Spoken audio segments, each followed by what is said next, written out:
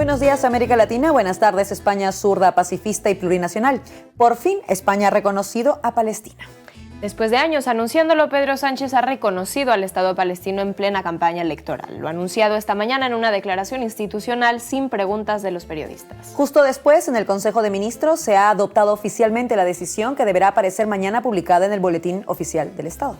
El reconocimiento se ha llevado conjuntamente con Noruega e Irlanda. De este modo, de los 193 países que son miembros de la ONU, 146 reconocen ya a Palestina, 11 de ellos miembros de la Unión Europea. No obstante, Pedro Sánchez ha querido tranquilizar al pueblo amigo de Israel. El reconocimiento del Estado de Palestina como Estado es una decisión que no adoptamos contra nadie, menos aún en contra de Israel, un pueblo amigo al que respetamos, al que apreciamos y con el que queremos tener la mejor relación posible. Sánchez no ha especificado expresamente qué fronteras va a reconocer España, solo se ha limitado a decir que la decisión está alineada con la posición tradicional de la Unión Europea, que se remite a las fronteras de 1967, antes de la Guerra de los 6 días o la Guerra del Yom Kippur de 1973. Por tanto, se sobreentiende que España reconoce la Franja de Gaza, Cisjordania, Jerusalén Este y la conexión terrestre entre Gaza y Cisjordania. Esto quiere decir que España no reconoce los territorios ocupados, por ejemplo el 62% de Cisjordania que está ocupado y donde viven más de 500.000 colonos israelíes. De todos modos, Pedro Sánchez ha preferido no centrarse mucho en hablar de fronteras. Si bien no corresponde a nuestro país, a España, definir las fronteras de otros países, nuestra visión está plenamente alineada con las resoluciones del Consejo de Seguridad de Naciones Unidas 242 y 338, así como con la posición que tradicionalmente ha mantenido la Unión Europea. Por eso no reconoceremos cambios en las líneas fronterizas de 1967 que no sean los acordados por las partes. Al Partido Popular no le ha gustado el reconocimiento de Palestina porque, aseguran, empodera a Hamás. Feijóo dice que estamos ante una cortina de humo. No es normal que se use el dolor de los israelíes y de los palestinos para no dar explicaciones sobre corrupción en el Congreso de los Diputados. Y es que como llevamos una semana hablando de Israel y Palestina, así a ver si no hablamos del problema que tiene el presidente, su familia, su partido y su gobierno. Podemos considerar que reconocer a Palestina es insuficiente, que el gobierno puede hacer mucho más para frenar el genocidio. ¿Va a servir este reconocimiento para parar el genocidio? Pues yo creo que la respuesta es que no. Lo que dicen los expertos es que lo que sirve para parar el genocidio es romper relaciones diplomáticas y comerciales con Israel, acabar con ese acuerdo de asociación, aislar internacionalmente a Netanyahu y apoyar a los países que le están llevando ante las cortes internacionales para que no queden en la impunidad. La líder de Sumar y vicepresidenta segunda habla de día histórico. Y este es el camino que nos debe de dirigir hacia la paz. Es clave el paso que damos hoy con el reconocimiento del Estado palestino, pero también permítame decirle que con lo que estamos viendo y lo que están viviendo en Palestina no es suficiente. El reconocimiento de Palestina se hace un día después de que Zelensky se reuniera con Pedro Sánchez, con Felipe VI y con los grupos parlamentarios del Congreso. Bueno, con todos los grupos no se ha reunido, pero de eso hablaremos más tarde. El presidente ucraniano ha venido a España a firmar un contrato con Pedro Sánchez por el que España va a transferir 1.100 millones de euros a varias multinacionales armamentísticas para que produzcan armas con destino a Ucrania. La decisión de gastar 1.100 millones de euros para alimentar el régimen de guerra no va a pasar por el Parlamento. De todos modos, en esto sí están de acuerdo el PP y el PSOE. Sánchez y Zelensky comparecieron en rueda de prensa. El presidente ucraniano agradeció a España el gasto multimillonario en armas y Pedro Sánchez dijo esto. Es un memorándum de entendimiento. No es necesario pasarlo por el Congreso de los Diputados. Como contamos ayer, el destino de este dinero irá principalmente a las grandes multinacionales armamentísticas con sede en España, aunque muchas de ellas están participadas por fondos de inversión alemanes o franceses. Zelensky se ha reunido también con representantes de los grupos parlamentarios y la presidenta del Congreso en la Cámara Baja. Aunque a este encuentro no han ido todos los grupos, Podemos, Esquerra, Bildu y el BNG han plantado al presidente ucraniano por el desacuerdo en que se siga alimentando el régimen de guerra y que no pase por el Congreso el gasto de 1.000 millones de euros. La secretaria general de Podemos ha criticado la falta de transparencia del acuerdo y que no haya pasado por el Parlamento. El envío de armas a Ucrania no ha cambiado la correlación de fuerzas, no ha contribuido más que a la prolongación de la guerra y pensamos que esta decisión que se toma en el día de hoy profundiza y contribuye a una escalada bélica que no va a permitir pararle los pies a Putin. A la vicepresidenta segunda del gobierno tampoco le ha gustado. Esto es muy grave. La falta de transparencia del Gobierno de España es muy grave con el socio del Gobierno. Le insisto, en 2 ocasiones por escrito y las mantuvimos en el Consejo de Ministros, pedimos información de esas cuantías elevadísimas para saber de qué demonios estábamos hablando. A día de hoy no se nos contestó hasta que ayer, insisto, se publicó un medio de comunicación. Quien sí está de acuerdo con alimentar al régimen de guerra es Vox. Y nosotros siempre hemos defendido la soberanía y la integridad territorial de Ucrania y que se le apoye con todos los medios necesarios, también con los militares. Cambiamos de tema. Diario Red ha podido recabar información para esclarecer quién es el ultra que ha amenazado a Pablo Iglesias e Irene Montero en los juzgados cuando asistían al juicio contra Miguel Frontera, que fue el fascista que los acosó durante un año en su hogar familiar. El ultra que amenazó a Montero y a Iglesias se llama José Luis Rodríguez González y vive en el barrio de Sahagún de Alcorcón.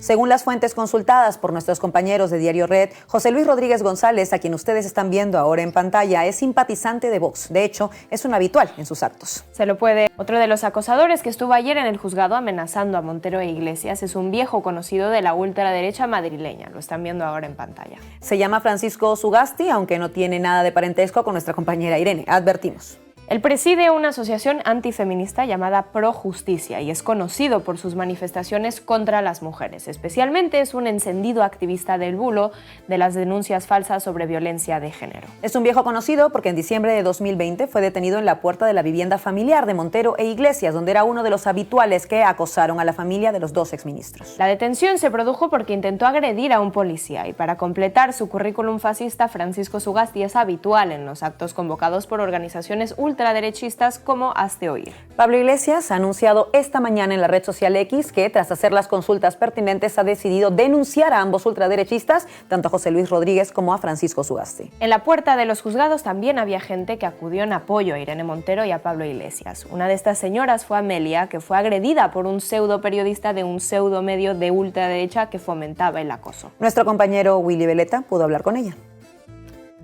Amelia, me contabas que estabas en casa con los rulos, estabas viendo Canal Red, has visto lo del juicio, te has quitado los rulos y para qué que has venido, ¿no? Sí, me pillaba muy cerca, soy a muerte con Pablo Iglesias, desde que en el programa de Jesús Cindora dijo que iba a formar un partido, ahí, a muerte.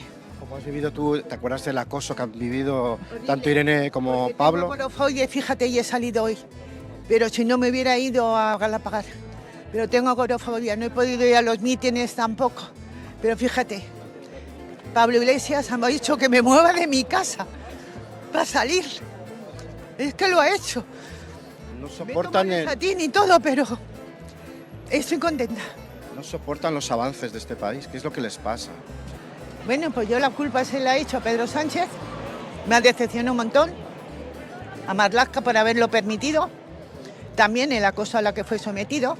Por ponerle cámara grabando dentro de su casa. Me sé toda la vida de Pablo Iglesias, toda la vida. Les tiraron ratas en el jardín mientras los niños jugaban. Eso, y le pusieron cámaras que los vecinos avisaron que lo veían los demás también. Apedrearon a los que iban a apoyar a Irene y a Pablo, apedrearon sus coches. Me sé toda mi vida, me sé toda su vida. Para mí es como un hijo, de verdad, pero lo mismo.